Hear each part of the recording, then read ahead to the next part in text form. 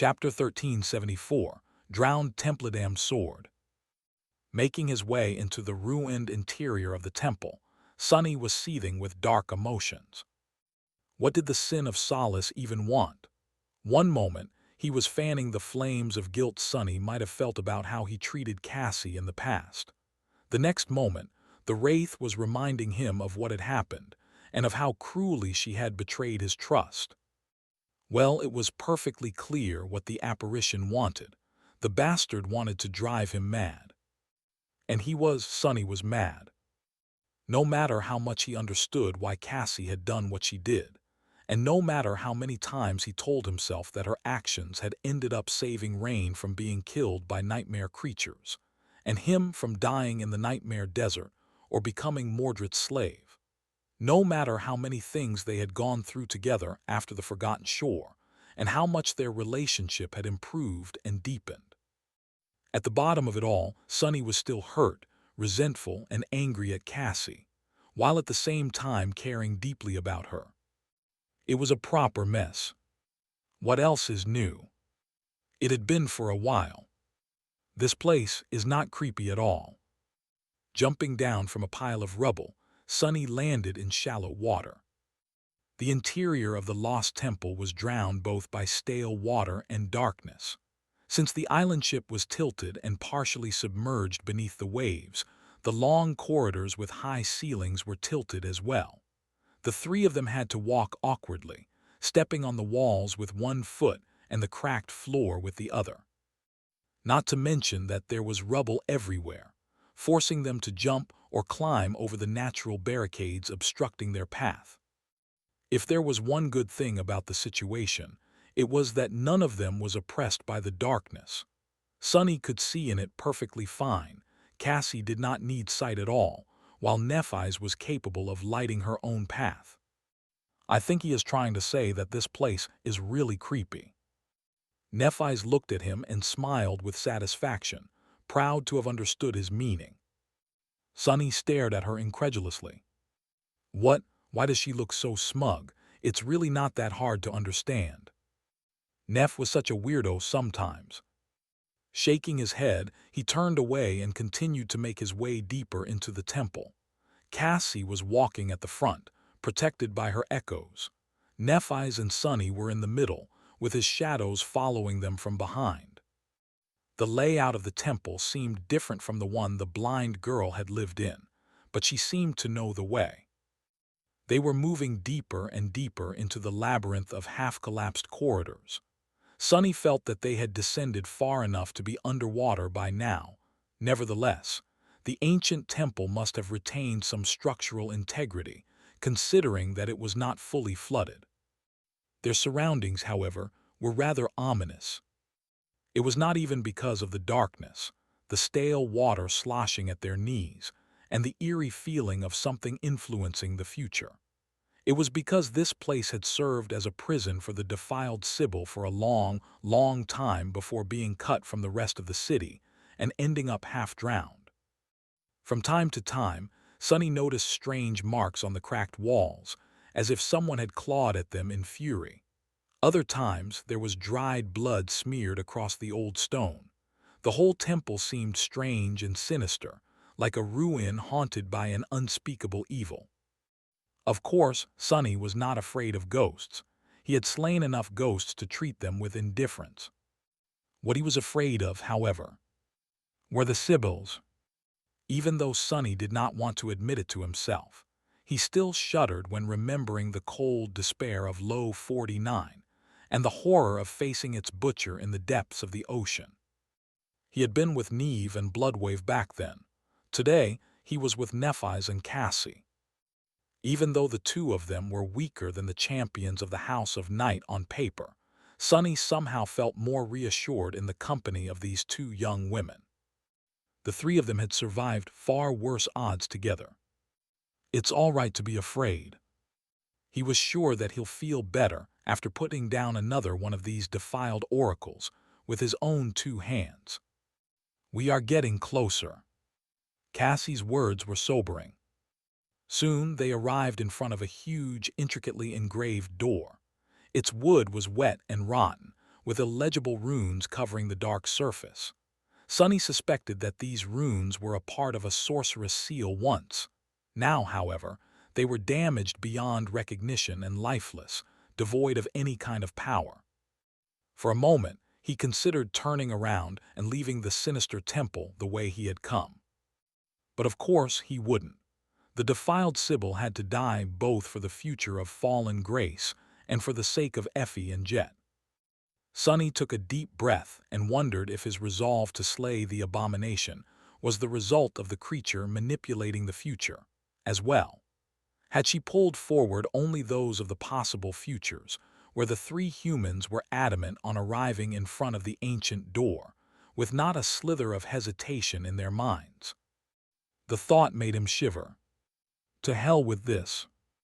Gritting his teeth, Sunny glared at the door and then delivered a devastating kick to it. Turning into a rain of rotten debris, the massive gate flew off its hinges and cluttered down into the dark expanse of a partially flooded hall. It was then that he felt it, a massive shadow stirring underwater, its slumber broken by the sound of the breaking door. There were countless smaller shadows hiding in the darkness of the drowned hall, too, and at the far end of it, an especially elusive one, a harrowing specter that made his hair stand on end.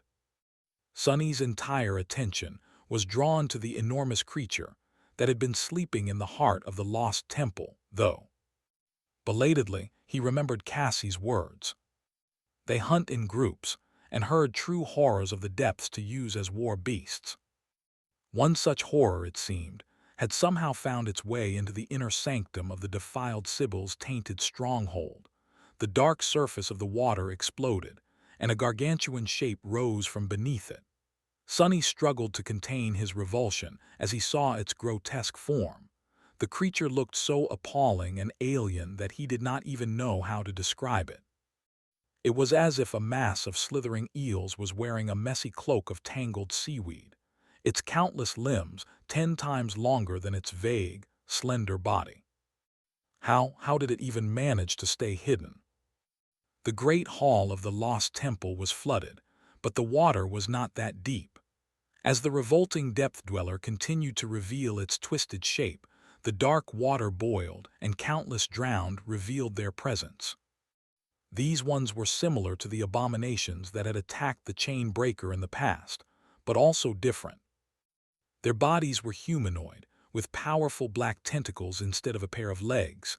However, instead of gaunt outcasts who were overgrown by barnacles, the true drowned looked much more strong and fearsome. Their weapons were of much higher quality, and some even wore strange but durable armor made out of shell and bone. The black eyes of the sentient nightmare creatures burned with bloodlust and malice. Damnation! Most of them were corrupted demons, while the few most powerful ones seemed to be devils. And then there was the Sybil herself, of course. Sunny still couldn't see her clearly. By the standards of the waking world, the three of them were a truly formidable battle force.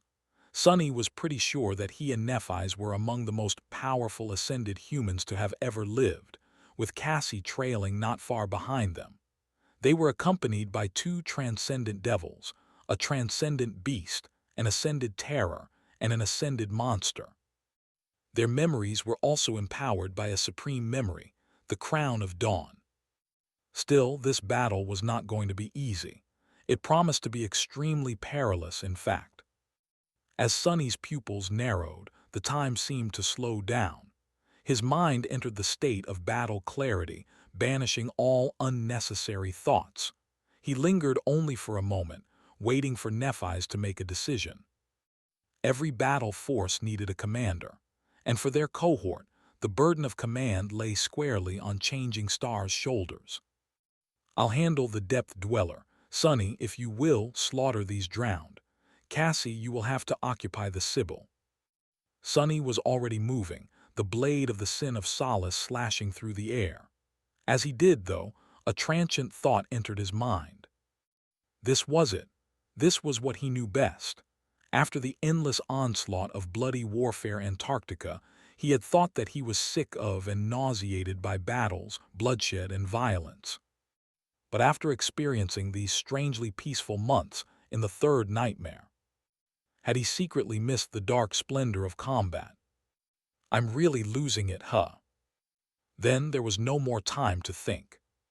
The silence that had reigned in the flooded hall was torn apart and obliterated. To his right, the darkness was suddenly vanquished by a furious explosion of radiant light. Sunny saw a glimpse of a silvery sword and felt the entire temple tremble as the gargantuan depth dweller moved to meet it. Nephi's had wasted no time attacking the ancient abomination. He had no doubt that she would keep the appalling creature busy. His role, however, was no less important. Sunny had to eliminate the drowned and clear the path for Cassie to face the Sibyl. Will she be all right? Suppressing his worry, he lunged forward. Sunny was really spoiled in this battle. With the crown of twilight supplying him with an almost endless amount of essence in this place of eternal dusk, he did not have to be frugal with how to use it at all. The limits that had oppressed him during the entire Southern campaign were gone. The only one that remained was mental capacity. There was a lot he could do. Shadow manifestation would allow him to, if not outright kill, then at least wound and stall many of the abominations. He could achieve something similar by controlling water with the help of the Serpent King's crown. While the hall was not spacious enough to warrant turning into the onyx serpent, he could still use Shadow Shell to assume the form of the Shadow Spawn. He could also use Shadow Step to rain terror on the battlefield. The problem was that his mind was not potent enough to handle all of these tasks at the same time. The enemies were also more powerful than any group he had faced in Antarctica.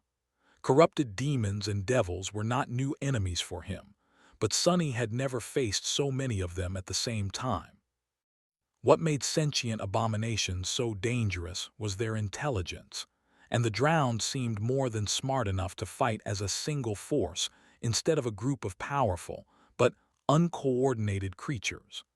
Many of the strategies he had used to slaughter weaker enemies were not going to work as effectively against them. So he chose to concentrate on two of the multitudes of tools available to him. The first was the crown of twilight and the rudimentary control over water it gifted him. Although the great hall was not entirely flooded, it still gave an advantage to the drowned, who could move with equal ease on land and in water. Terrain advantage was of utmost importance in any battle, so Sunny was going to try and turn the tables on his enemies. The second was the Sin of Solace. Currently, all memories Sunny had summoned were augmented by the Crown of Dawn, including his already fearsome giant. Its long jade blade was more than powerful enough to cut through both the corrupted abominations and their armor, and therefore, augmenting his strength even further with Shadow Shell was simply unnecessary.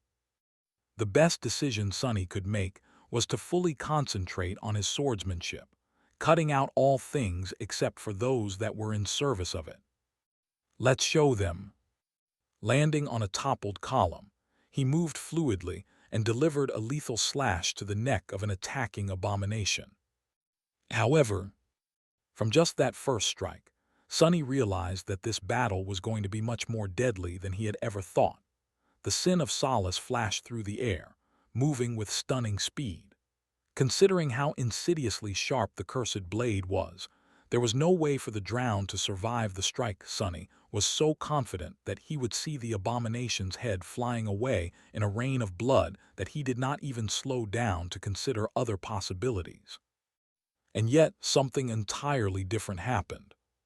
He missed. At the last moment, the nightmare creature lowered itself deeper into the water, and the jade sword whistled safely above its head. What?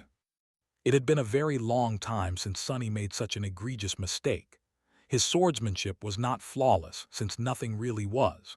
He was a lesser swordsman than Nephi's was, true, but who wasn't? Compared to almost every other living human, Sunny was an absolute master. A seasoned warrior with enough talent, skill, and experience to be considered an actual sword saint. He could accept that an enemy was more powerful than him. He could even accept that an enemy was more skilled than him. Although exceedingly rare, there were a few of those. What Sonny could not accept, however, was the fact that he missed a simple killing blow. Something did not add up. Before he could even try to understand what had happened, the drowned was already near. Saved from assured decapitation, the creature pushed with its tentacles and flew forward as if shot from a cannon. The dark spear struck Sonny's unprotected chest and tossed him backwards. Arg! The blow was powerful enough to send a blinding flash of pain through his body. However, the spear of the drowned demon failed to pierce the black silk of his tunic or rip his marble skin. How did I miss? Sonny fell into the water, or rather, he would have. Instead, his body disappeared into the shadows and appeared a moment later behind the triumphant abomination. The sin of Solace flashed again and was blocked by the shaft of the dark spear. It was of no help, though. The jade blade seemed to have passed through the ancient weapon unobstructed, then did the same with the abomination's armor, flesh, and bone. A moment later, a thin line appeared on the shaft of the dark spear, and it split into two halves. The same happened to the drowned, who had been cleanly and savagely cut in two. You have slain a corrupted demon, drowned warrior. Your shadow grows stronger. Sonny heard the whispers of the spell, but he was not celebrating. Instead, a dark expression distorted the lines of his pale face for a brief, fleeting moment. How did that thing block my strike? Sonny felt uneasy.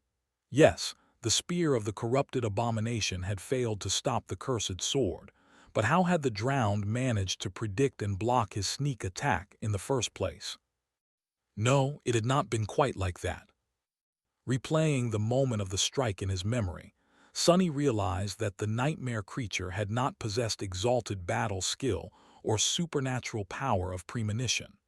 Instead, it had ended up in a perfect position to react in time due to sheer luck.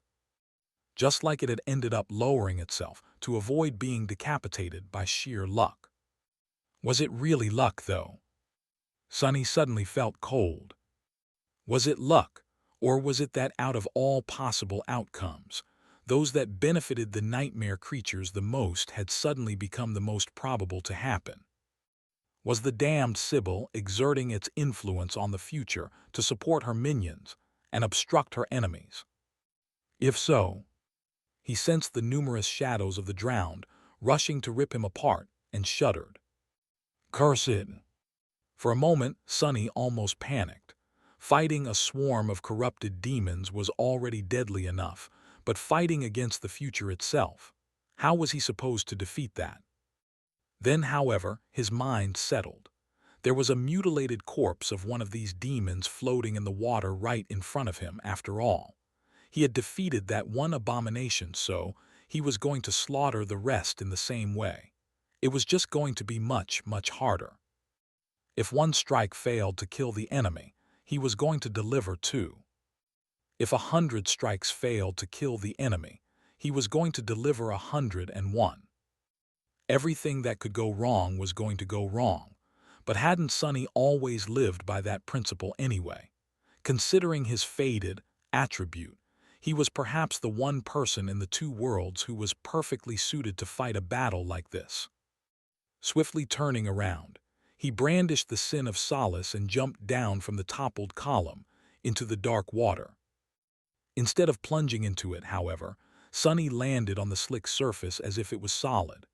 This feat wasn't too hard to accomplish by combining the feather of truth, trait of his shell, with the royal promise enchantment of the crown of twilight.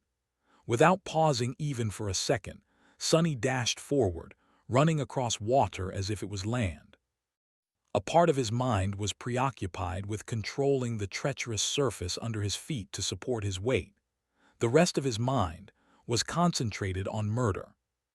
Sonny allowed his focus to become shapeless, giving up on his preconceived notions of how combat was supposed to work.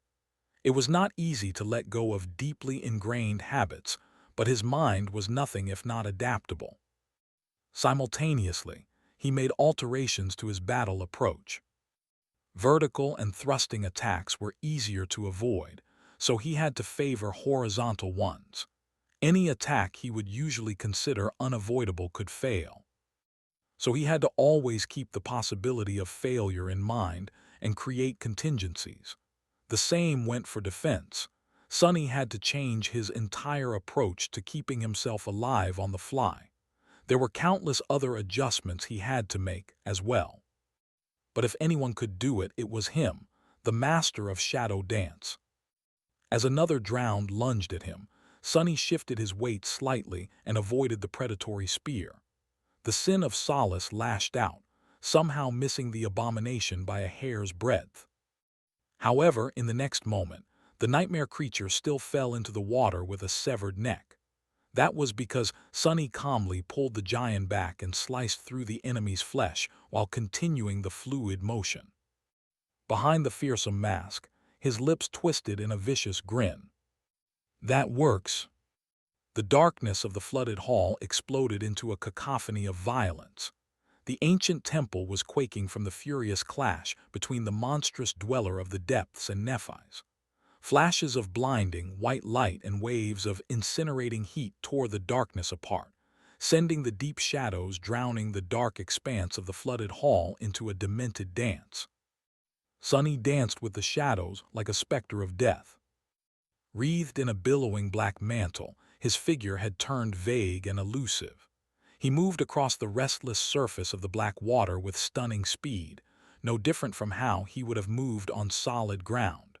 Sonny's attacks were lethal, unpredictable, and almost impossible to trace. It was as if he was nowhere and everywhere at once. Due to his speed and the ability to step through shadows, it seemed that the dark figure wearing the fearsome black mask was in several places at the same time.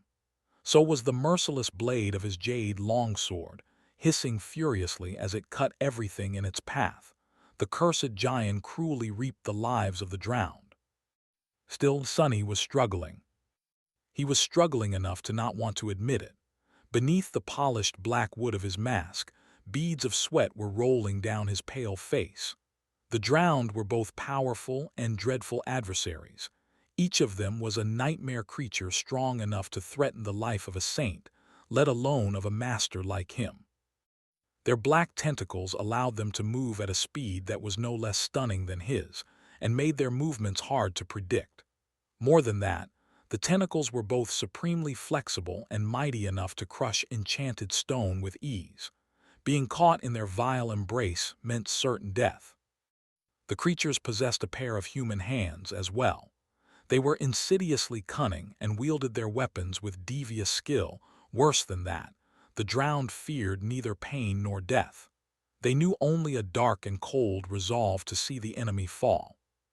A foe like that was the worst nightmare of an awakened, especially when there were so many of them. And that was without even considering the eerie power of the Sibyl, who was twisting the future in favor of the abominations. It was because of her influence that Sonny felt like he was not even one mistake away from dying, but rather one step behind staying alive. The damnation. It was hard, too hard. Sonny was overcome by a bizarre sensation. He knew for a fact that he was just as skilled as he had been before venturing into the flooded temple, but at the same time, it was as if he was back in the crimson labyrinth of the forgotten shore, unsure of his footing and ignorant of how to wield a sword. The sense of control and clear understanding he had become accustomed to were gone, replaced by uncertainty. His attacks routinely missed the intended target, while the enemies appeared where he had not expected them to be. Sonny felt like he was stumbling blindly in the dark. He was enduring for now by expecting failure and imbuing his battle style with as much fault tolerance as he could. Several of the drowned were already dead, their severed bodies floating in the water, while he was still in one piece. But how long would that last? Luckily, Sonny wasn't alone. He had powerful allies to rely on as well. Saint was the first to join him in the slaughter. Her graceful figure was surrounded by something much darker than the shadows populating the ancient temple. Jumping into the water, which reached up to her waist, She slammed her round shield into an attacking drowned warrior, shattering his spear and bones. Her dark blade moved lightlessly, severing a tentacle that was trying to wrap itself around her arm, and then plunging into the creature's neck. A moment later, the taciturn knight lunged forward, a tall wave rising behind her. Augmented by one of Sunny's shadows and the stifled scream, Saint seemed more than capable of fighting in the water. Moving with the calm precision of a flawless battle machine, she descended on the drowned like a deathly calamity. Her ruby eyes blazed with indifferent menace. Fiend was only a split second behind her. The infernal ogre was also empowered by one of Sunny's shadows, however. He had also been bestowed with a measure of Nef's flame. Unlike the taciturn knight, who could not be augmented by the flame because of her affinity to true darkness, the gluttonous shadow seemed to benefit from it, especially due to his affinity to fire. The incinerating glow of his fierce eyes and terrifying maw, which was usually red, had turned pure white. It was as though an incandescent star was burning beneath the glossy black silver of his fearsome armor. The training Fiend had been receiving from Saint was not wasted, either. His movements were not quite like those of a seasoned battle master, but still showed a chilling level of skill. Using his long arms and dagger-like claws, the steel devil tore into the flesh of the drowned, gruesomely ripping them apart. While the taciturn knight seemed to have been able to adjust to the eerie influence of the Sibyl due to her sublime mastery of combat, Fiend simply gave up on trying and chose to overpower the enemies with brute force instead. A barrage of blows rained on his polished black armor, but none of them were able to dent it yet, let alone pierce it. When the infernal ogre found himself surrounded and in danger of being pulled under the water, he simply used Shadow Step to escape and savagely attacked the enemies from behind. Just like Sunny's other two shadows, Nightmare received the help of a shadow as well. The tenebrous stallion leaped high into the air and landed in the midst of the drowned, using his fangs, horns, and hooves to crush and savage them. His sable coat was glistening in the bloody darkness, and the fearsome aura of dread emanating from him made the abomination sluggish. The drowned were a whole rank above the dark destrier, but several classes below him. Empowered by the shadow, the darkness shrouding the flooded hall, the fear of his enemies, and the army of nightmares residing in the lightless abyss that served him as a soul, the dreadful stallion was more than capable of holding his own in this fight. That said, Nightmare was not a creature suited best for direct combat. He was mostly relying on his speed and agility to stay ahead of the enemy while savaging them with his attacks. It was also not easy for him to lull enemies of a higher rank into slumber. While insidious and terribly destructive, his dream curse required time to infect its victims. Nevertheless, it seemed that all the drowned in the temple were suffering from the initial stages of its effect. It was as though they were all slightly drowsy, their movements lacking full force and precision. Nightmare was helping not only himself, but also everyone else fighting against the defiled Sibyl and her minions. Cassie's echoes joined the battle too. The Clockwork Man jumped into the water, his movements both fluid and strangely jarring. The four blades held by the artificial echo spun, slicing and dicing the flesh of the enemies. Most of the strikes were stopped by the armor of the drowned warriors, but not all of them. Dark blood flowed into the cold water. The echo of the defiled Sibyl attacked as well. Slithering eel-like tendrils extended from beneath her red skirt, and the slender figure, which once seemed like a human, suddenly rose high above the battlefield. Moving with terrifying speed, the creature lunged forward and grabbed one of the demons, raising the abomination above the water. As soon as the drowned warrior peered into the echo's eyes, his body convulsed. An indescribable sound escaped from the mouth of the demon, followed by a fountain of blood. A moment later, the lifeless body was tossed to the side like a rag doll, and the echo was already moving to find the next victim. The battle raged, making the water boil and shaking the ancient temple. Only two figures remained aloof and motionless in the flooded hall. One was the defiled Sibyl, who observed the bloodshed from a distance. The other was Cassie, who was observing the Sibyl. Damn, that hurt. Sonny stumbled back, feeling his hand tremble. He was too slow and failed to avoid an attack, or rather, he was fast enough, but the attack still passed his defense somehow. Knowing that it could deal serious damage, he had no choice but to block it with his forearm. His fingers momentarily lost strength, and the hilt of the Sin of Solace slid from them.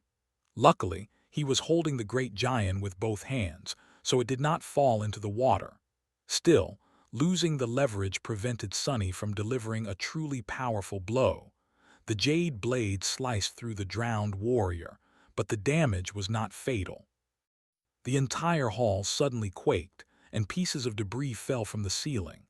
The water flooding the dark expanse surged, and a tall wave spread from where the depth dweller struck down, trying to crush Nephi's with its entire weight.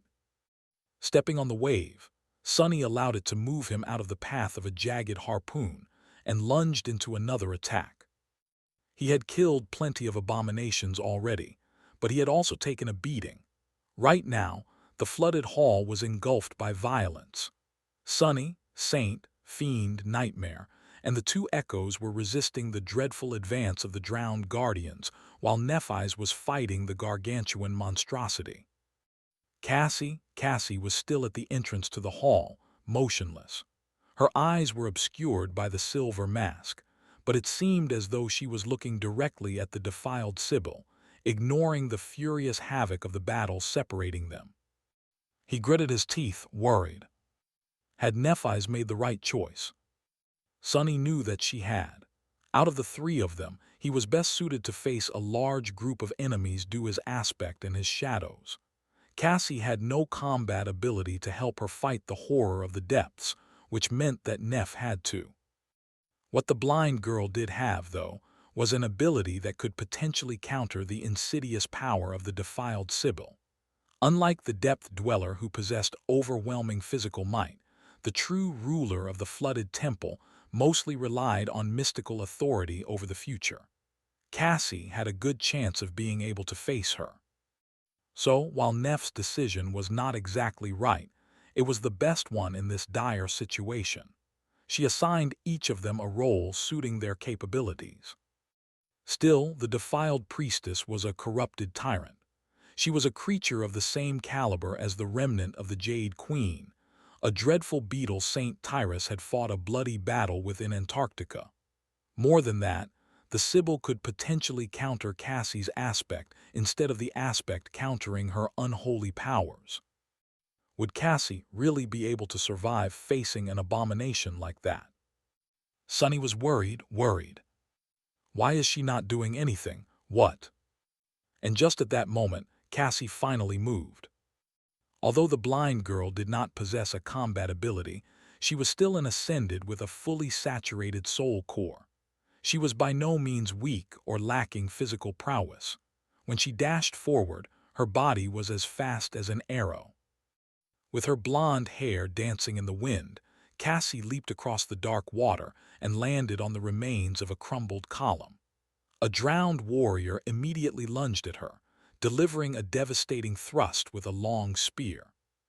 The blind girl calmly pushed the spearhead aside with her dagger. It only deviated from its path by a few centimeters, but that was enough to miss Cassie's head by a hair's breadth. At the same time, she took a step forward and lashed out with the quiet dancer, the tip of the slender rapier piercing the creature's eye with surgical precision. The kill was instant and gave the impression of being effortless. Before the body of the drowned even had time to topple, the blind girl was already moving forward. She danced between the attacking abominations, elusive like a ghost. Her movements were swift, but not hurried. They even seemed a little slow. It was just that she was never where the enemy weapons struck, while her dagger and rapier never seemed to miss. Every step she took was precise and calculated. Every blow she dealt was fatal. Every motion she made was perfectly efficient. It was flawless. Cassie gracefully moved across the battlefield, leaving several corpses in her wake. She did not seek out the drowned to kill. Instead, she avoided as many as she could, only crossing blades with those who barred her path. Even then, each clash ended in only one exchange. Of course, she was able to do so because most of the abominations were distracted by Sunny, his shadows, and the echoes. The horror of the depths, meanwhile, was tied down by Nephi's. Nevertheless, her swift and seemingly effortless advance looked eerily inevitable. Before the drowned could react and stop her, she was already past the mass of them. Pushing herself off a pile of rubble, Cassie soared high into the air and landed noiselessly on the raised dais where the defiled Sibyl stood, observing the battle. It was only then that Sunny got a good look at the corrupted tyrant, as if a veil obscuring her had been lifted. The Sibyl was vaguely humanoid, if just barely. Her towering body was gaunt and appalling, covered by the remains of a rotten crimson dress. Her moist skin was like tar, pitch black and glossy. Her limbs had been transformed into sprawling tentacles, while her head had become bestial and terrifying, split apart by a wide maw. Sunny couldn't quite believe that this creature had been human once. The defiled Sibyl and Cassie froze, separated by no more than a dozen meters. The tyrant towered above the delicate young woman, who was like a red flower blooming in front of a mass of abyssal darkness. His heart skipped a beat when he saw that the blind girl failed to capitalize on the momentum of her advance and attack before the tyrant could react. Why is she? In that moment, however, the Sibyl's terrifying maw opened. Sunny had expected to hear a deafening roar, but what came out of the creature's maw was a deep, rumbling, inhuman groan instead. Daosku. Hearing that voice, Cassie sighed quietly and lowered her weapons. What the hell is she doing? Sunny dodged a fearsome attack, feeling the wind raised by the abomination's spear throw his hair into disarray. As a chill crept up his spine, he sidestepped a black tentacle that insidiously shot at him from beneath the water and prepared to dive into the shadows to come to Cassie's aid. However, he did not get a chance to. Right at that moment, the water which he had been using for footing suddenly tore free of his control. With no time to react, Sunny plunged into its cold embrace. This section of the dark hall was not flooded too terribly, but still, a moment later he was submerged up to his chest. Cursed! Sunny did not have to look around to know what had happened. One of the corrupted devils leading the drowned was targeting him, using some profane power to wrestle the dark waters from his control.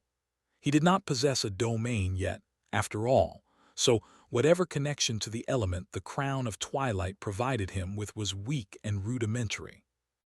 The situation was not good.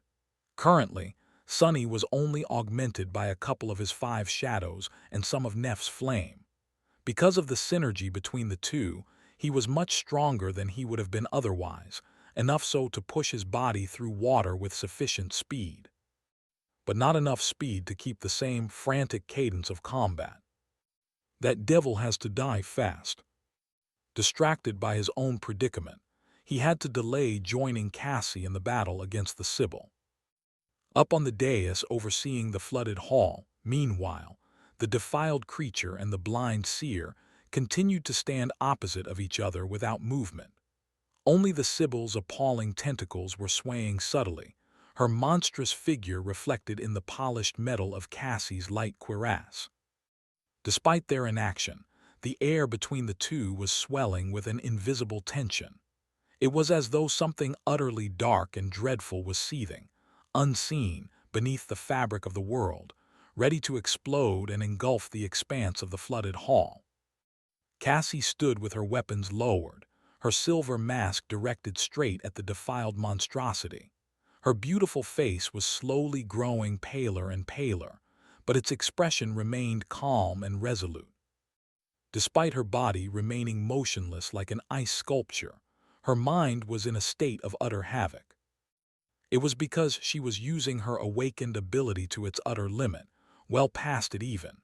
If Sunny was capable of reading thoughts, he would have known that the blind girl was in a state of absolute, pristine battle clarity.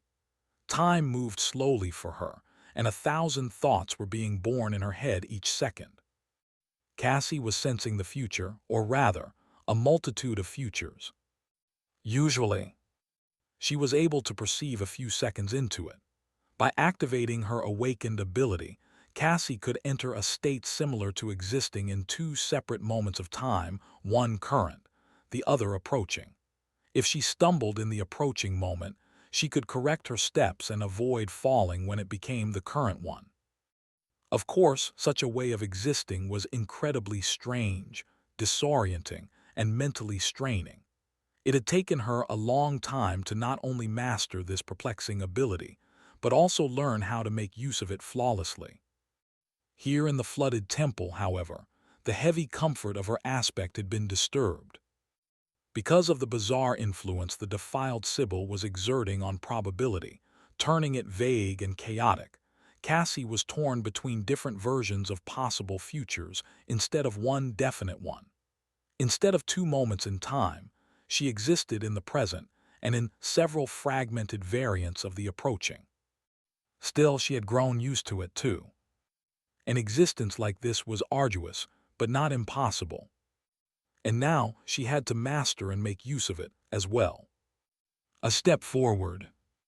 In Cassie's mind, she took a swift step forward, and then dashed at the defiled Sibyl with stunning speed. The quiet dancer flashed, diving under one of the deadly tentacles and aiming to hit the creature in a vital spot. At the same time, it flashed to slice at the tentacle instead. At the same time, the slender rapier was tossed aside helpless.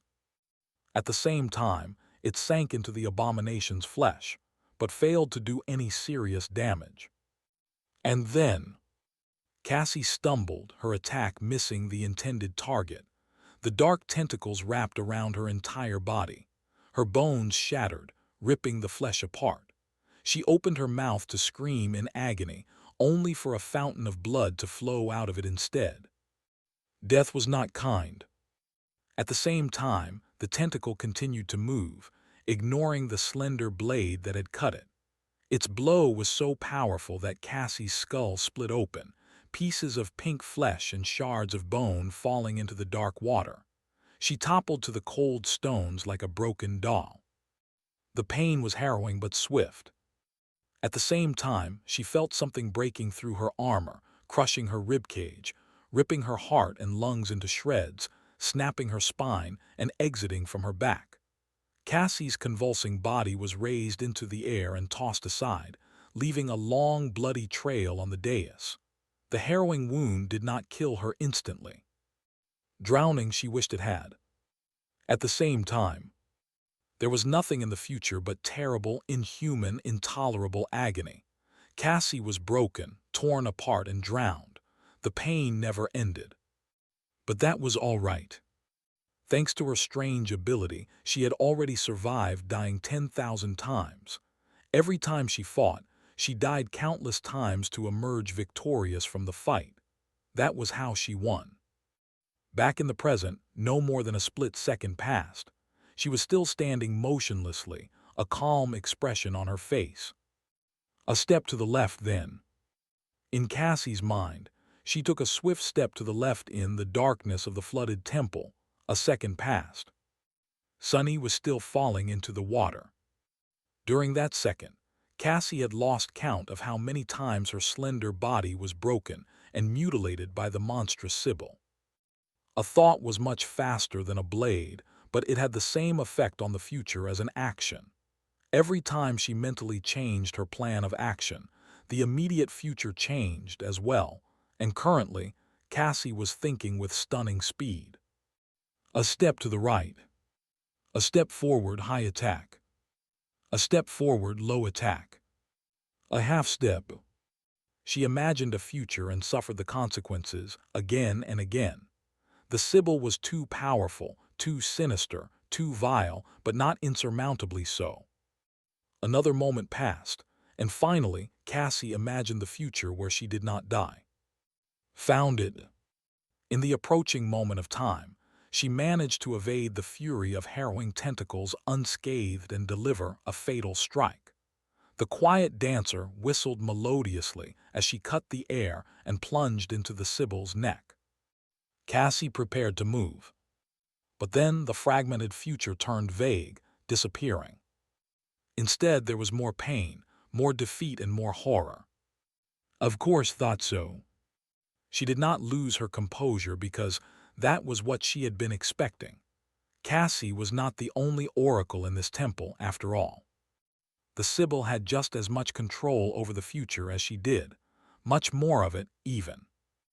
Just as Cassie finally found one path that led to her victory, the defiled abomination destroyed it, pulling over other outcomes from the abyss of possibilities. Instantly, whatever chance the graceful young woman facing her had was gone. Their unseen and motionless, but furious and chillingly violent battle continued. Another second had already passed. Faster, faster. Cassie gritted her teeth, feeling her mind spinning feverishly. She had already found a path, knowing where to look. She would be able to find another one sooner. If the future was a battlefield, then she had just conquered a small part of it, gaining control of not only that single possibility, but also all possibilities similar to it, while simultaneously denying them to the enemy. Now, all she had to do was to conquer the rest, until the Sibyl had no more futures to replace her death with. A half step to the left, aim for the neck. A jumping start, aim for the neck. A half step to the right, aim for the heart. A few more frozen seconds passed. The flooded hall quaked and groaned as dust and streams of water fell from its cracked ceiling. The horror of the depths was shrieking as its flesh burned, long limbs lashing out madly to crush the hateful radiant. The drowned were besieging Sonny and his shadows, some of them dead, but much more still frenzied and full of bloodlust. Cassie was standing motionlessly in front of the Sibyl. In her mind, the futures where she lived and the creature died multiplied. With each one she found, finding the next one became slightly easier. But finding many was not enough. She had to have more. She had to have them all. As her mind burned, spinning faster and faster, the abomination grew more furious, too. The influence it exerted on the future became much more oppressive and suffocating, forcefully drowning harmful futures and pulling beneficial ones to the surface. And yet, despite that, Cassie was slowly usurping small areas of the invisible battlefield, one after another. Although both the blind seer and the defiled Sibyl remained still, as if frozen, the air between them was crackling with pressure. The darkness boiled, failing to contain the gruesome violence of their clash. It felt as if the stone surface of the dais would crack and shatter from the aftershocks of the ruthless confrontation. But of course, it did not, because the countless futures where the battle was taking place never happened. Cassie was conquering these unborn futures. The Sibyl was able to manipulate probability to make only those outcomes that benefited her come true, so Cassie had to disarm the creature. She had to surround her enemy with only those outcomes that ended in the enemy's death. She had to make the future into a cage. A lunge followed by a feint, followed by a sidestep, followed by a thrust. A false lunge, release the quiet dancer, simultaneous thrust and flanking attack. A step forward, release the quiet dancer, dagger parry turning into a slash backstab. Cassie died and died and died, each death more gruesome than the previous one. But slowly, more and more fragments of the future she perceived allowed her to live. The Sibyl was surrounded more and more by the outcomes that ended in death. Her cage was growing smaller, and smaller, and smaller, and smaller still. Down in the water, Sonny used the convulsing body of the corrupted devil to push himself to the surface and shot into the air. Landing on a pile of rubble, he tossed the fiend's severed head at an approaching abomination and followed up with a strike of the sin of solace, piercing the creature's heart. After that, he had a second to breathe. Turning swiftly, Sonny looked at the dais where Cassie was facing the Sibyl. He was both surprised and intensely relieved to realize that neither of them had moved still. Strange. Spreading his shadow sense through the battlefield, he allowed himself a split second to evaluate the situation. Nephi's and the horror of the depths seemed to be in a stalemate. The abomination's body was too alien and vast for her to deal fatal damage to it, while the abomination itself was not smart enough to catch the supremely skilled and calculating human with a devastating strike. His shadows were in the middle of a furious battle. Neither saint nor fiend were seriously injured, although there were several dents on the infernal ogre's armor. Nightmare had avoided being seriously wounded due to his speed and agility, for now, but there was already blood on the tenebrous stallion's sable coat. The two echoes were mostly intact as well.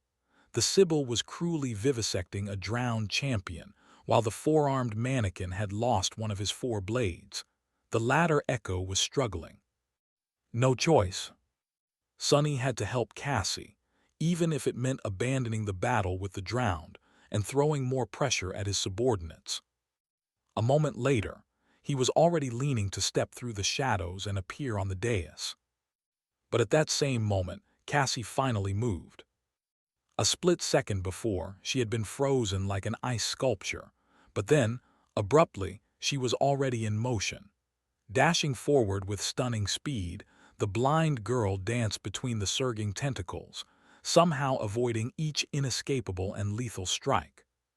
Before Sonny could even blink, the blade of the quiet dancer flashed once, and Cassie was suddenly behind the monstrous tyrant. The Sibyl swayed slightly. Her tentacles grew still. Then a thin stream of crimson blood flowed from a small hole in her neck. As the invisible ripple spread through the flooded hall, the defiled oracle swayed once more and toppled into the seething black water. As soon as the Sibyl fell, it was as though an invisible ripple spread through the darkness of the flooded temple.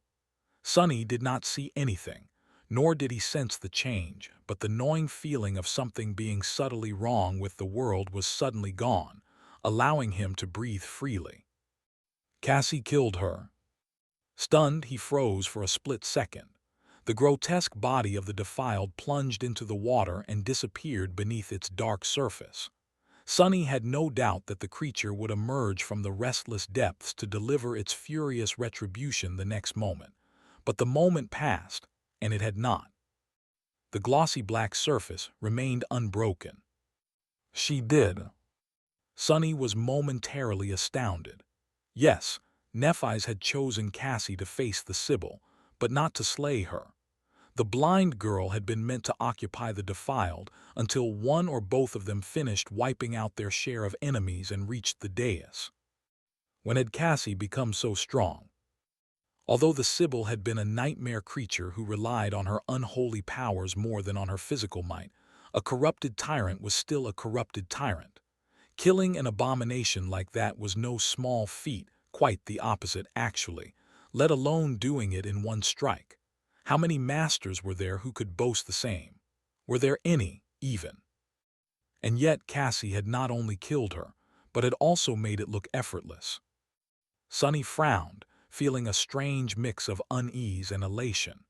Had she always been that lethal, or was it the result of the year she spent alone in the third nightmare? He suddenly felt a hint of discomfort. It was as though he did not know one of his closest companions nearly as well as he had thought. Sonny quickly recovered from his brief reverie, though. The battle was still not over, and albeit victory was within grasp, all that separated him from death was one mistake. Well, maybe one mistake and a half, thanks to Weaver's forbidden lineage and the marble shell. Generously burning his nearly inexhaustible essence, he used the crown of twilight to call upon the water once again, and lunged at the next enemy. The moment Sonny faced the powerful demon, he knew that the tide had changed. The drowned were still just as powerful, sinister, and deadly, but the oppressive burden of the shifting future was gone. It had disappeared as soon as Cassie's rapier pierced the Sibyl's neck, ending her tyranny. Now we're talking. He forced himself to remain focused, refusing to relax. Right, what madness was this? What kind of fool would relax when facing a swarm of corrupted demons? Even without the defiled oracle, they were enough to slaughter a score of masters. These creatures were different from the usual minions tyrants controlled, too. It was as Cassie had said, the drowned were sentient and chose whom to serve, as opposed to being forced into servitude. Usually, tyrants could only control minions of a lesser rank, but since the drowned had followed the defiled Sibyl voluntarily, that rule was broken in the flooded temple. Don't get arrogant. The haughty shadow already had enough arrogance to outshine 10 vainglorious fools. Sunny really did not want to end up dead by following its example. Stepping on water, he deflected a harpoon flying at him from the darkness with enough speed and force to put a projectile shot from a siege engine to shame. Then, Sunny shifted his weight and lashed out with the sin of solace, cleanly decapitating the nearest drowned warrior. It felt different. Finally, he was once again in full control of both his actions and their outcomes. The confidence that Sunny had almost lost returned. Grinning behind the fearsome mask, he listened to the spell whispering into his ear and disappeared into the shadows. A moment later, a mass of black tentacles enveloped the empty space where he had been standing. Sunny, however, was already somewhere else, his jade sword reaping another life. Not too far from him, Saint continued her silent slaughter. With nothing holding her back anymore, the graceful knight had turned even more lethal. Unlike Sunny and Fiend, she could not move through shadows, which put her at a dire risk of being surrounded. The drowned were not much weaker than the taciturn shadow, so being caught by their tentacles could very well mean the end of her. However, Saint was too skilled and calculating to allow herself to be immobilized. She was a battle master, after all, which meant that any battlefield was her domain. Moving with deadly grace and murderous foresight, she controlled not just her sword, but also the very space around her. Everything that entered it was at her mercy. Fiend, meanwhile, was wreaking havoc among the drowned. The dull black silver of his metal body seemed to radiate heat, and surrounded by boiling vapor, the furious shadow sliced through the abominations with his incinerating claws. The white radiance burning in his eyes and maw was tinted crimson by the flowing blood of his enemies. The infernal ogre seemed to be enjoying himself quite a bit. This was his first battle after reaching maturity, and so he was basking in his ferocious strength and his newly learned battle techniques. He also seemed very happy at the opportunity to show off in front of Saint. Not to mention that every abomination he killed was bound to become his dinner soon. Unlike everyone else in the flooded hall, Fiend was on cloud 9 and living his best life. The echo of the Sibyl was gruesomely slaughtering the drowned, followed by the damaged steel mannequin. The two of them were much less expressive than Sunny's shadows, but also pulling their own weight. Of course, all of them were having a much easier time of fighting the swarm of corrupted demons, because their enemies were weakened by the dreadful powers of nightmare. The dark destrier was shrouded in darkness and terror, moving across the flooded hall as swiftly as a shadow. His adamantine fangs, horns, and hooves had broken and mutilated many abominations already, but judging by the menacing crimson glow of his eyes, the stallion's fury was nowhere near being satiated. The battle was still perilous and dire, but its outcome seemed more and more certain with every moment. The breaking point of the battle happened when the massive body of the Depth Dweller finally collapsed into the boiling water. Many of the monstrous creature's limbs had been severed, its mantle of rotting seaweed had been devoured by flame, and the slithering mass of eels comprising its gaunt body had been charred, sliced open, and pierced through. After a long and arduous fight, Nephis had finally killed the abominable giant. By then, Sunny and his shadows already sensed that the drowned were wavering. Once Neff joined the fight against the demons, the scales swung in favor of the cohort drastically, and before too long, the last of the sinister creatures was slain. Suddenly and without warning, the dark expanse of the flooded hall turned silent. The only thing Sonny could hear was the sound of water streaming through the cracks in the ceiling. He looked up. This place is not going to collapse, is it? But then suddenly there was another sound, a ghastly, repulsive squelching of flesh being torn. Spinning around, Sonny raised the sin of solace and prepared himself for the worst, but what he saw made his eyes narrow.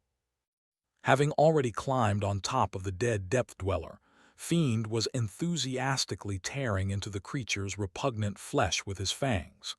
Feeling Sonny's gaze on him, the ogre looked up in confusion, as if trying to ask, "What?"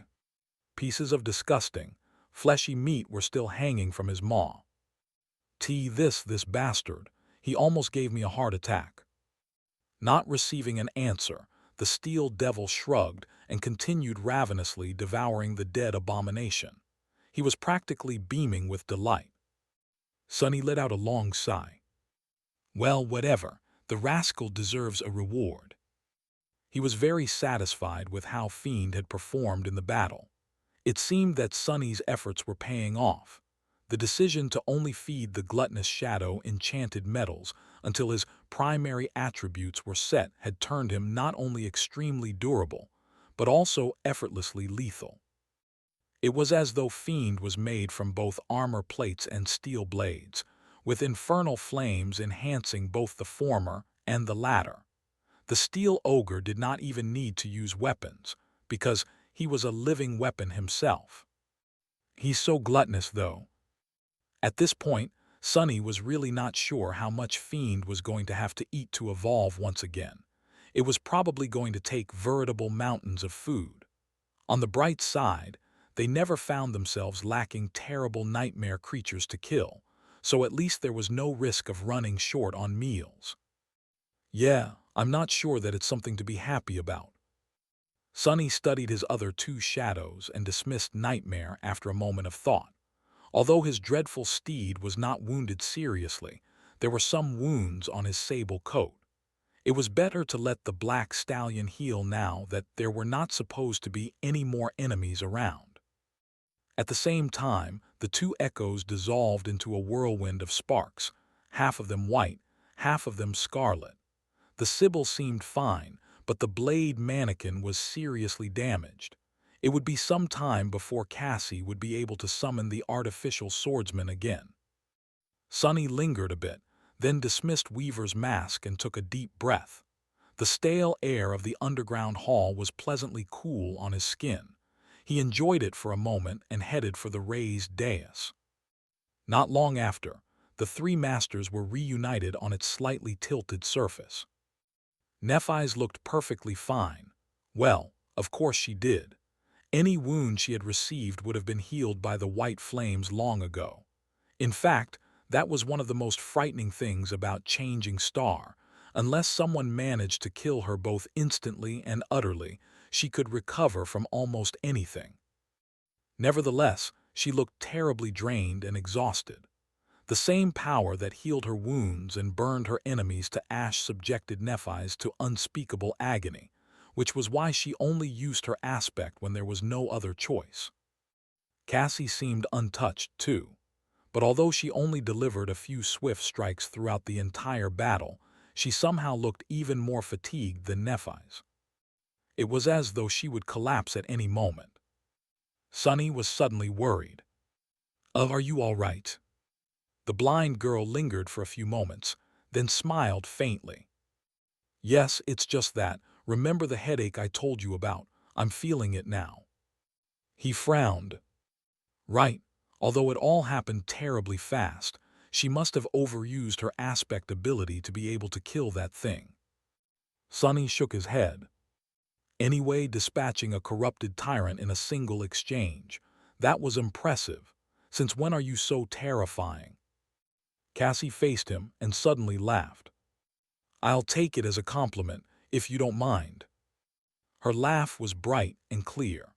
She turned in the direction where the Sibyl had disappeared beneath the dark water and sighed. She was the enemy that cost me half of fallen grace, and all the lives that have been lost as a result of moving the city upstream. I've been preparing for this fight for a very long time, so don't be too surprised. Sonny coughed and looked away. The defiled Sibyl had been a dangerous adversary to him, but to Cassie, she was something more. He knew all too well the shame of losing people you were responsible for to an overwhelming enemy. It's good that Cassie got some payback. He hoped that he would be able to slaughter the winter beast one day, too. Sonny hesitated for a moment, thinking if he should pat the blind girl on the back, or maybe grip her shoulder. What was one supposed to do in these situations? Before he could decide, though, Nephi's took a few steps forward and took Cassie into a gentle embrace. She did not say anything, but there seemed to be no need for words. The blind girl smiled. "Thank you. Anyway, the temple should be safe now. I don't think it will collapse any time soon either. Still, we shouldn't linger. How about we rest a little, gather our spoils, and then do what we came here to do?" Sonny nodded. Accomplishing their goal as soon as possible sounded like a good plan. Gathering plentiful spoils sounded even better. But the most enticing thing Cassie suggested, by far, was to rest. Great idea. Without wasting any time, Sonny plopped on the ground and summoned the covetous coffer. Fiend was not the only one who had worked up quite an appetite during the tiresome battle. Sonny, Nephi's, and Cassie spent a while resting on the dais of the flooded hall. They were surrounded by the stench of blood and death, but none of them minded. It was too familiar of a smell. After all, most awakened would not lose appetite because of it. The three of them needed to refuel their exhausted bodies, regardless. Without speaking much, they consumed a hearty meal and spent some time catching their breaths. There was mental fatigue to deal with. As well, the mind was not as quick to recover from the strain of the battle as the body. Sonny, it seemed, was in a better shape than Nephi's and Cassie. After spending some time in a comfortable daze, his thoughts started to wander. Curious, he checked his runes. No luck. Despite the large number of enemies he and his shadows had slaughtered, there were no new memories, not to mention echoes. Sonny was not too discouraged, though mostly because his shadow fragment counter was showing 1944/5000. I've earned almost 500 fragments in a single battle. That was a truly stunning amount. Sonny struggled to remember if he had ever earned that much, that fast, considering that the nightmare promised to be quite intense from this point onward. There was a good chance that he would emerge from it as a terror. Just 6 battles of similar scope would do the trick. Of course, it was uncertain if he would survive the nightmare at all. Still, every fragment he absorbed made him a tiny bit stronger, so earning hundreds of them in the span of a few minutes was a boon. After a while, the three of them reluctantly got to work. By then, Fiend was mostly done with devouring the gargantuan corpse of the Depth Dweller. Once again, Sonny was flabbergasted by how much meat could fit inside the gluttonous Shadow's bottomless belly. The monstrous abomination had been at least 10 times larger than the Steel Devil, and yet there was barely anything left of it. Does he have some sort of an endless spatial storage instead of a stomach? Shaking his head, Sonny called both Fiend and Saint over. Then, the 5 of them started the gruesome job of recovering the soul shards from the drowned. After a while, they were back on the dais, sitting on the cold stones. All 3 humans had a somewhat strange look on their faces, their eyes reflecting the beautiful glow of a sizable pile of radiant crystals that lay between them. Unable to control himself, Sonny trembled. So much money. There were no less than 300 transcended soul shards in the pile. 300. In the waking world, they would have sold for enough money to buy the entire terrace district where his home was located. Even then, he would be left with enough credits to. What do I even spend it on? Sonny lingered for a few moments, then scratched his head. I don't know about you great legacies, but this just seems too extravagant. I knew that third nightmares were something else, but still. Cassie and Nephi's turned to him. After a few moments of silence, the blind girl shook her head. No, that's a bit much even for us. Clan Valor was rich beyond imagination, but its expenditures were equally enormous. It took a lot of resources to maintain an army of awakened and keep a great citadel safe, while people who could slay corrupted nightmare creatures were few and burdened with other responsibilities. Sonny glanced at the mesmerizing pile of soul shards and sighed. Damn it, why can't I absorb shards? He remained silent for a while, then said in a stifled voice, Well, time's a wastin'. Come on, Neph, chop chop. She gave him a confused look. Huh. Sonny swallowed his tears and smiled. Cassie has already saturated her core, so you're the only one who can make use of these shards. Leave me a few for weaving and absorb the rest. Nephi's remained silent for a few moments. But I only killed the depth dweller and a dozen drowned. You and Cassie deserve these shards much more. He shrugged. The sooner we make you a titan, the better. I already received my share of fragments anyway, plus we're in the same boat, quite literally. You said it yourself, too, individual strength is not all that. If there's anything we can do to increase the overall strength of the cohort, it has to be done. Sonny leaned forward, picked up a shimmering crystal, and threw it to Nephi's. Her gaze did not move, but her hand shot forward and caught it. She hesitated for a bit, then sighed and crushed the soul shard. A stream of white sparks then entered her body, surrounding it with radiance. Before it dimmed, Nephi's picked up another shard and absorbed it as well. 1, 2, 3, 10. Trying very hard to keep bitter envy from showing on his face, Sonny observed the process from the sidelines. Belatedly, he realized that absorbing hundreds of shards was a very slow process. With nothing else to do, he simply stared at the soft radiance surrounding Neph's slender figure. After a while, a quiet sigh escaped from his lips. Pretty. Then Sonny coughed. I mean, this mountain of wealth, can there be a prettier sight? Too bad it's going to be all gone soon. Yeah. Forcing himself to look away, he glanced at Cassie. The blind girl seemed to have regained some of her liveliness, but she still looked unsteady. He summoned the endless spring and offered it to her. Cassie must have been low on essence, because she didn't see his gesture. That probably meant that her aspect abilities were not activated, leaving her truly blind, just as she had been as a sleeper. Sonny lingered for a moment. Calling out to her, he gently grasped her wrist and placed the memory into her palm. Here, drink some water. She held the endless spring for a bit, then brought her other hand closer and traced the shape of the beautiful glass bottle with her fingers. A subtle smile appeared on Cassie's lips. Bringing the bottle to them, she took a few sips of the cool, refreshing water and offered the endless spring back to Sonny. Thank you. Dismissing the memory, he remembered the past. The endless spring was one of the 3 memories Cassie had earned in her first nightmare. It had served them well on the forgotten shore and was later gifted to Sonny by the blind girl. The beautiful glass bottle had followed him on all his misadventures ever since, saving his life on several occasions.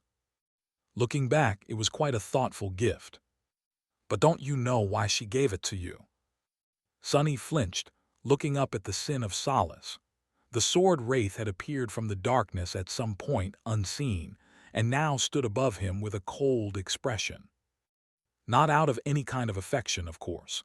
It was just something to dampen the torment of guilt she felt over betraying you. So, if anything, that gift of hers was quite self-indulgent.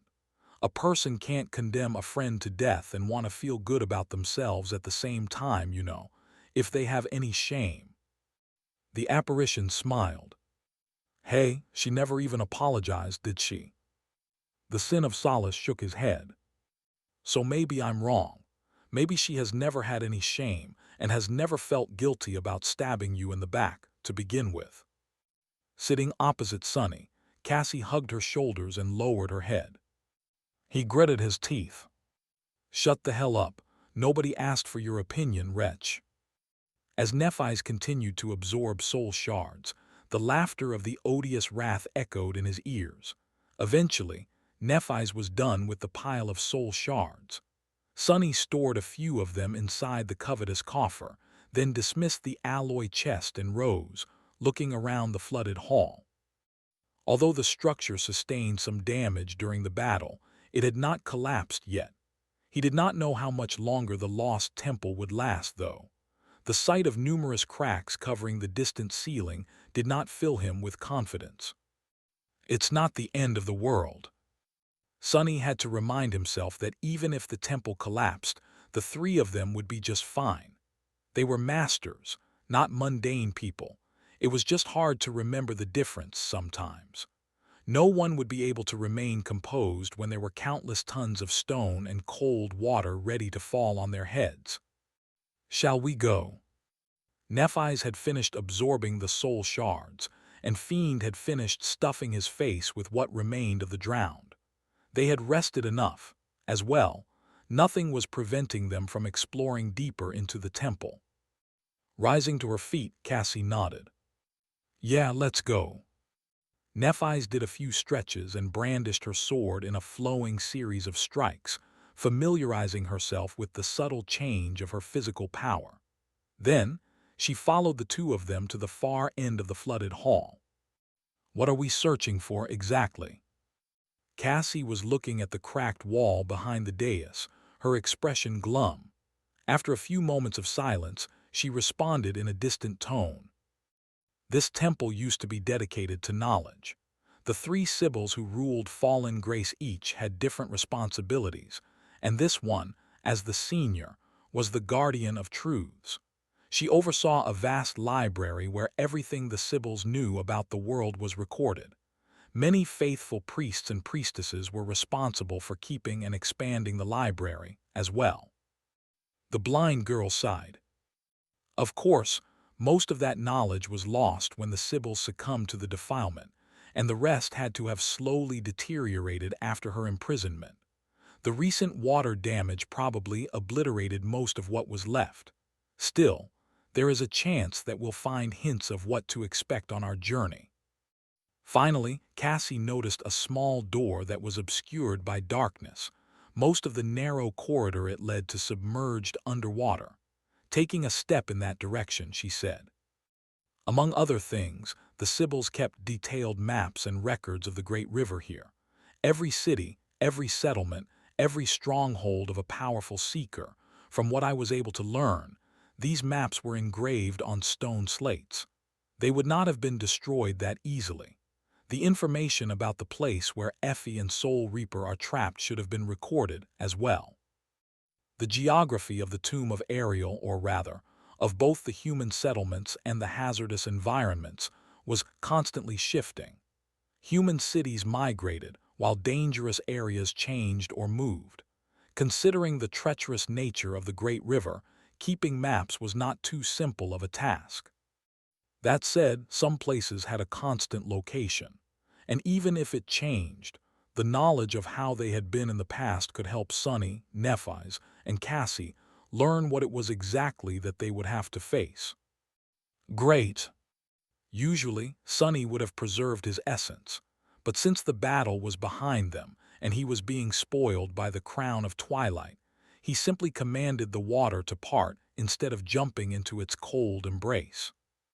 It took some effort for him to move so much of it, but a few seconds later, the flooded corridor was flooded no more. The three of them descended from the dais and entered through the small door, venturing into the very heart of the lost temple. As they walked, Sunny couldn't help but feel a bit disturbed. There were much more signs of the Sibyl's rampage here, close to the inner sanctum. Even though the defiled abomination was dead now, the marks she had left on the ancient walls remained as eerie and ominous as ever. Cassie opened her mouth to say something, but remained silent in the end. A grim expression settled on her exquisite face.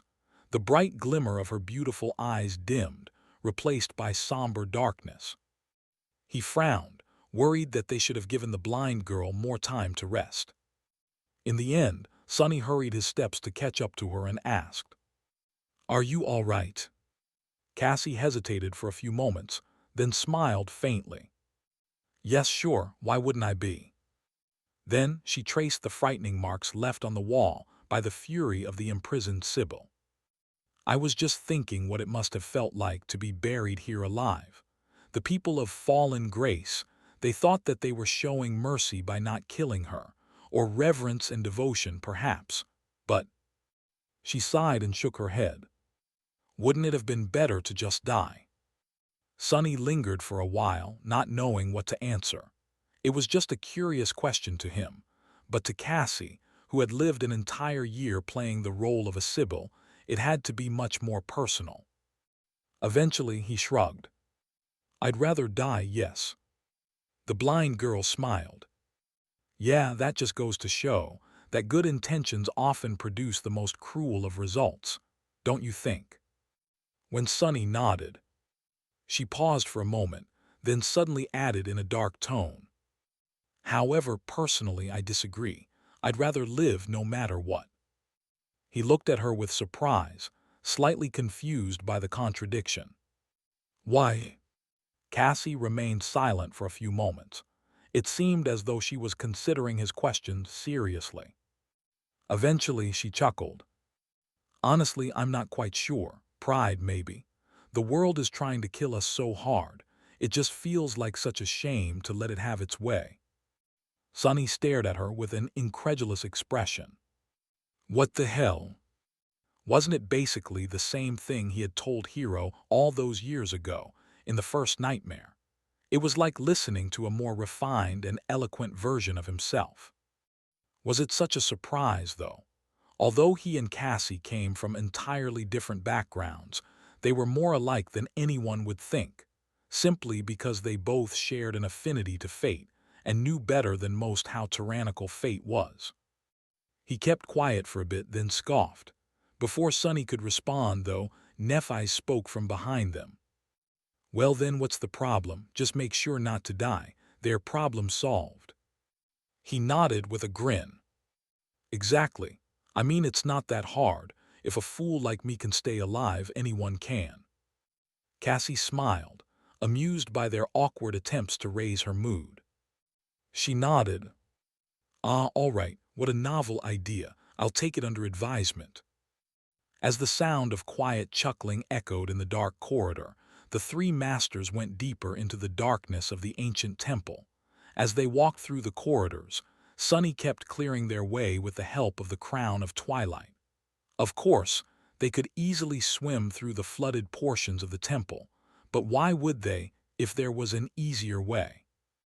The walls of the narrow corridors glistened, reflecting the light of a luminous memory Nephi's had summoned.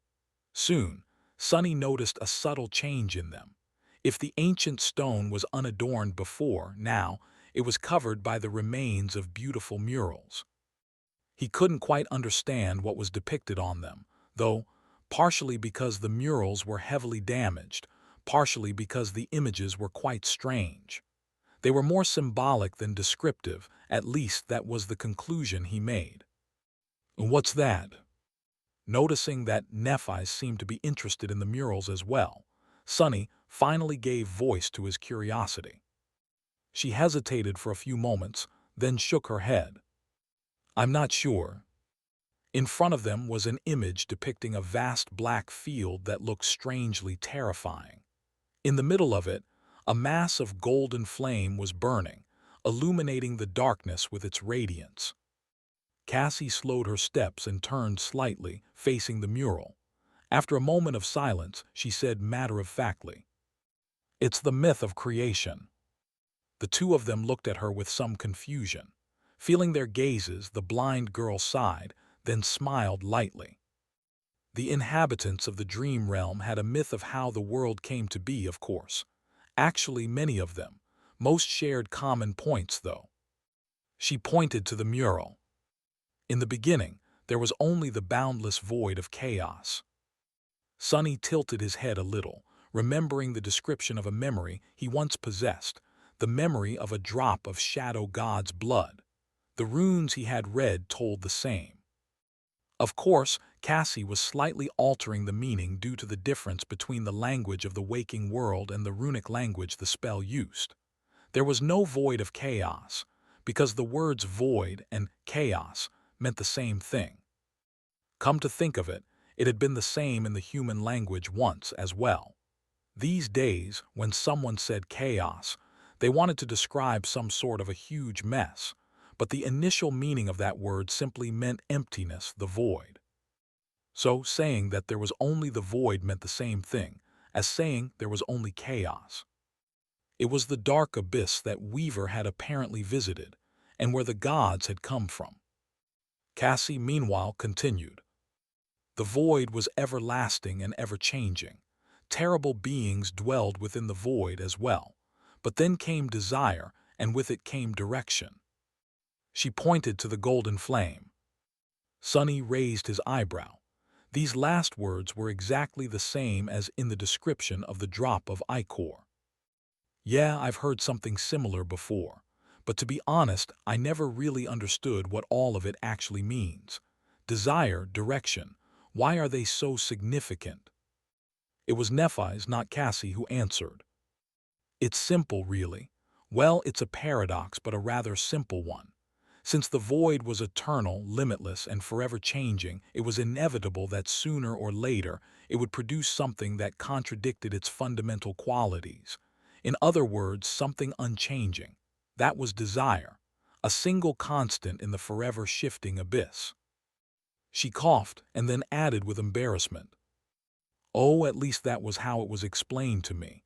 But if you think about it, it makes sense. A desire can't change, because if it does, it ceases to be itself and becomes a different desire. So, the concept of desire is static by nature.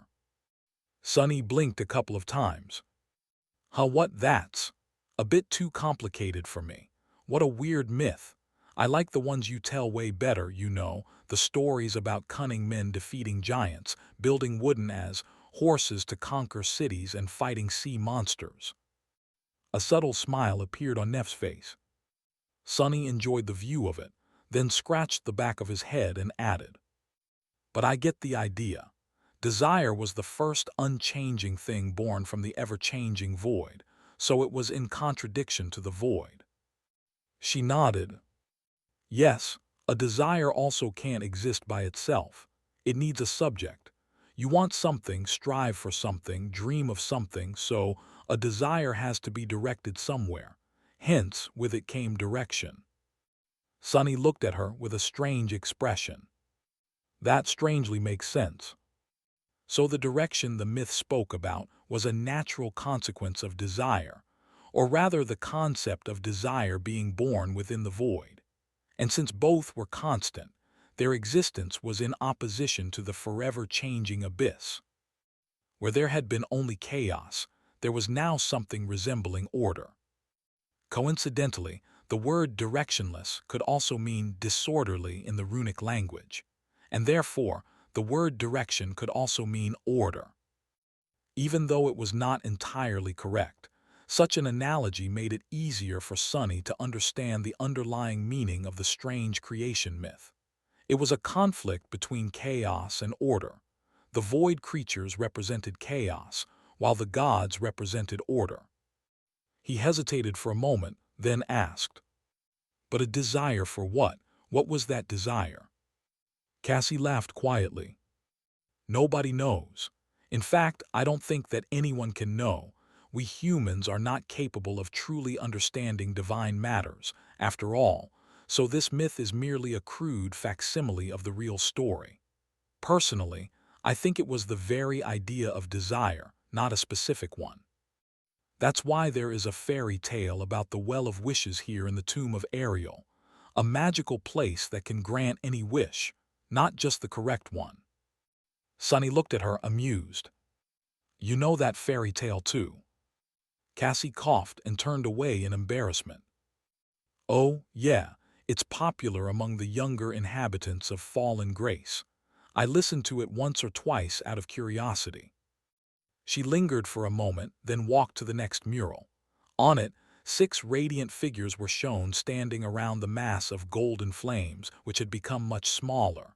Vague but terrifying shapes could be seen in the surrounding darkness, swarming them. The blind girl pointed at the image. The gods were born from desire. Then they waged a terrible war on the old ones, the creatures of the void. The next few murals depicted the battles between the 6 radiant figures and the vague shapes hiding in the darkness of the abyssal void. Sonny found them quite funny. He already knew that the war between the gods and the unknown were waged with weapons like death, time, and space. It had truly been a war beyond human comprehension. However, the ancient people had drawn the murals according to their human imagination.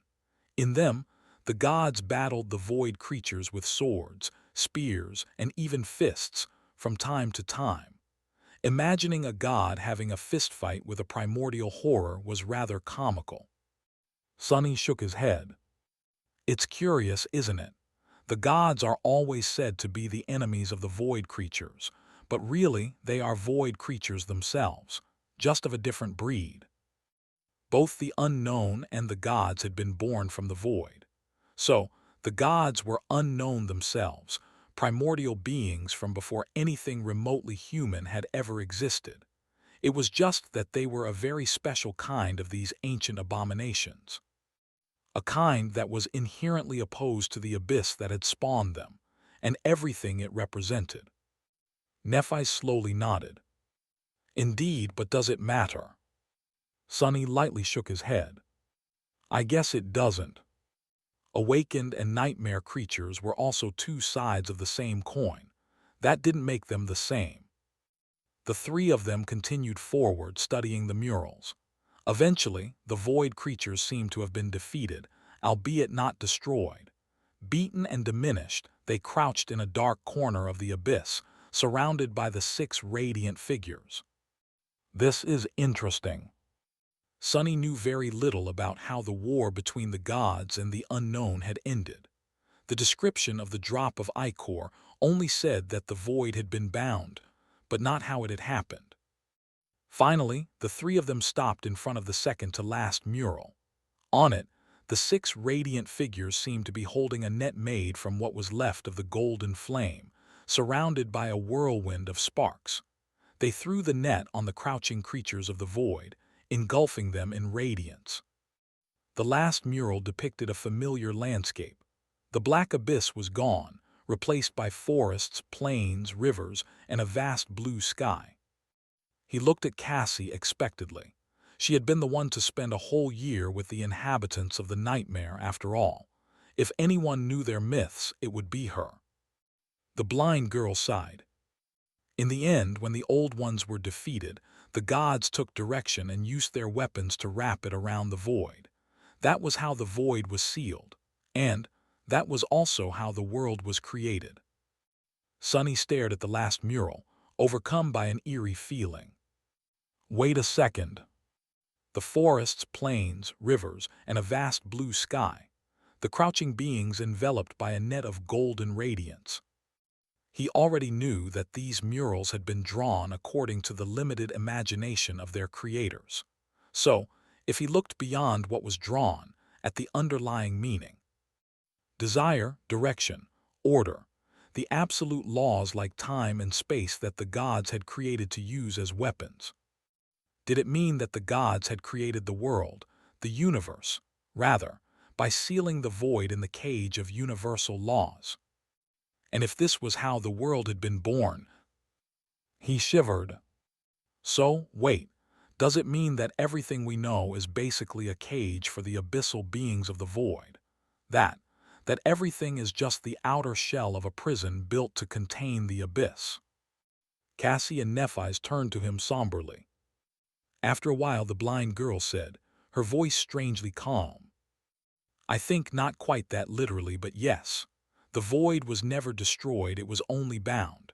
And the world is what binds it, not the waking world and not the dream realm, more of existence itself as we know it."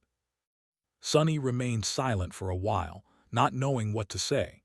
What Cassie said sounded terrifying. It was as though he was standing on the surface of a deep, dark ocean, separated from its lightless depths only by a thin, fragile film of ice. That ice was all of existence. Damnation! Why was he so bothered by some stupid myth, anyway? The answer was obvious. It would have been easy to dismiss the whole thing as an ancient superstition if not for one detail. The spell had put the same story in the description of the drop of Shadow God's blood, which meant that there was at least some truth to this myth, no matter how distorted. Curses! Eventually, he let out a shaky breath and said in an unconvincingly carefree tone, "Well, that's a bit disturbing, isn't it?" Indeed it was. Much more than that, however. It raised so many questions. Was his interpretation of the myth close to truth? How had Weaver entered the void if it was sealed by existence itself? What had the demon of fate witnessed there, exactly? Come to think of it, the creation myth explained a lot of things, but one thing it failed to explain were the demons. Where had they come from? Who was the unknown, whose children they supposedly were? How were the demons and their progenitor connected to the gods and to the void? There were much more fundamental questions as well. For example, the path of ascension led to divinity, while the path of corruption was opposed to it, leading to unholiness. And since what opposed the gods was the void, was the true meaning of profane and unholy, as used by the spell actually having to do with the void? Was the abyss sealed within the world the source of corruption? Was the vile darkness permeating the souls of nightmare creature a manifestation of the everlasting void? And how did the nightmares, the spell, and Weaver's mysterious schemes fit into all of this? Sonny suddenly shuddered as a certain thought entered his mind. Now that the gods were dead, was the spreading corruption a sign that the seals containing the void were weakening? Was the cage the gods had created slowly falling apart? The disturbing chill he had felt after learning the truth of the last mural was washed away by curiosity. But now, the feeling of dread was back. He hesitated for a few moments, then cleared his throat and looked away from the ancient, damaged, fatting image of forests, rivers, and plains. The net of black cracks covering the painted vastness of a blue sky did not look ominous at all. "Let's go find that damned library and get the hell away from here as fast as possible, shall we? This place, it seriously gives me creeps." For once in his life, Sonny hoped to never find answers to the questions gnawing at his mind. As they moved deeper and deeper into the flooded temple, Sonny couldn't help but think about the eerie story told by the ancient murals. It seemed as though he had learned something important. But of course, there were a dozen questions for every answer he had received, like always. Divine unholy. Knowing that the very fabric of the world was like a cage for the abyssal void that dwelled beneath made him feel uneasy, understandably so. However, Sonny did not dwell on that fact for too long. There was no point anyway. Matters like these were too distant and inconceivable for a mere mortal to think about. Even if the seals created by the gods were slowly crumbling, what was a human like him supposed to do? Even if Sonny was a sovereign, he would have been like an ant compared to the powers involved in this process. The seals had existed for eons anyway. Despite their supposed weakened state, they would keep existing for just as long. By the time the void broke free of its prison and destroyed everything, he would be long dead, with not even dust left of his bones. Probably. In any case, he was more interested in something else. The true source of the corruption. Sonny had a vague suspicion that it was the void before, but now he was almost certain. How does it work, though? The timeline of the Dream Realm civilizations was not very clear, but one thing he did know was that the corrupted, the nightmare creatures, had always existed, even when the seals of the void were new and pristine. The first era Sonny knew of was the era of the void. He decided to call it the Age of Chaos. During the Age of Chaos, the gods had been born, waged war against the elder abyssal beings, and eventually defeated them, thus creating the world. What followed was the Age of Heroes. Noctis and the other chain lords had been born during that period. Back then, at the dawn of time, humans were not a dominant force in the world yet. Their nascent civilization was growing and spreading, but the continuation of its existence was not at all guaranteed. Instead, those ancient humans had to fight against the corrupted to conquer new lands, protect their cities, and avoid extinction. They needed powerful champions to battle the dreadful beings who populated the young world, and therefore that time was remembered as the Age of Heroes.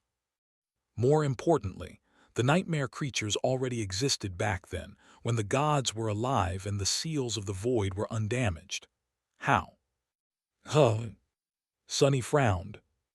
I guess the gods did not imprison all of the void, and every void being when creating the prison. It was easy to imagine that some remnants of the abyss slipped through their fingers and came to exist in the newly created world. Noctis had told him once that the gods and the demons fought side by side as allies in the battles of the ancient past. Therefore, it was easy to conclude that the war against the abyss did not end as soon as the abyss itself was sealed. There had to have been dire battles at the dawn of the new world, resulting in these abyssal remnants being exterminated. Come to think of it, Nephis had told him that a terrible creature was slain by the gods once, at the dawn of time, and that its blood seeped into the ground, becoming true darkness. The place where the creature fell was now known as the Hollow Mountains, beneath which lay the darkness of the underworld. That creature had to have been a void being. That proved that at least some of them had walked the world of the gods after its creation. What are void beings, though? Sunny felt as though he was on the precipice of an important discovery. The gods, he had thought once that they were simply divine titans. Now, however, Sunny was inclined to believe that the gods were beyond ranks and classes altogether. Similarly, void creatures would not have been unholy titans. Just like the gods, they had to have been creatures of an entirely different order. More importantly, they were simply different. These abyssal horrors were beings from before time, space, death, and every other law that comprised the fabric of reality. These existences were completely alien to the reality familiar to Sunny, opposed to it even. And if Sunny knew one thing about creatures of great power, it was that they exerted influence on the world. Saints and powerful masters had a mystical presence to them. Nightmare creatures of higher classes spread their influence across vast territories. Sovereigns ruled over grand domains. Void beings were without a doubt immensely powerful. So what kind of influence would they exert on a world that was inherently alien to their nature? Would the fabric of reality and the very laws comprising it start to rot and come undone around them? Sunny felt his heart skipping a beat. Was that the true nature of the corruption? Was it a rot caused by the influence of the primordial void, simply because of its alien nature? That would explain why the creatures infected by that rot possessed an insatiable desire to destroy those who were not. Why they all seemed mad, revolting, and alien, appallingly wrong in some strange and sinister way. The divine and the unholy were inherently opposed to each other, after all. It was in their very nature to strive to obliterate each other. I feel like I'm not far from the truth. Sunny remained silent for a while, walking behind Cassie with a distant expression on his face. The world he lived in, the world of the spell, the constant battle against the abominations, and the ruined realm of dreams and nightmares, suddenly made much more sense. It was not understanding, exactly. The conclusions Sunny made were too vast and had too many consequences to be understood in just a few minutes, but the feeling of it all was somehow more clear now. He lingered for a bit, then threw a furtive glance at Nephis. What about Neph then? Her ascended ability longing, made her immune to the corruption. Knowing what he knew now, that seemingly weak ability seemed even more impossible. More than that, one of her attributes was called Nephilim. Its description read, "There once were terrible creatures born of an unholy union between the divine and the profane. Nephilim were the most beautiful and the most harrowing of them all. If the divine and the unholy were inherently opposed to each other, then how could there have been creatures born from their union? How terrible had they been, really, and what had happened to them?" Shaking his head slightly, Sonny sighed and looked away from Neff's slender figure. "I take it back, nothing makes sense. I'm just confused even more." Taking a step forward, he suppressed a groan and covered his face with a palm. "Thanks for watching. Please subscribe and like the video and comment down if anything wrong in the story. And if have any suggestion to a new novel or want next part of any series, comment down. Our target is to get 1K subscriber. There will be surprise for all of you. Stay tuned.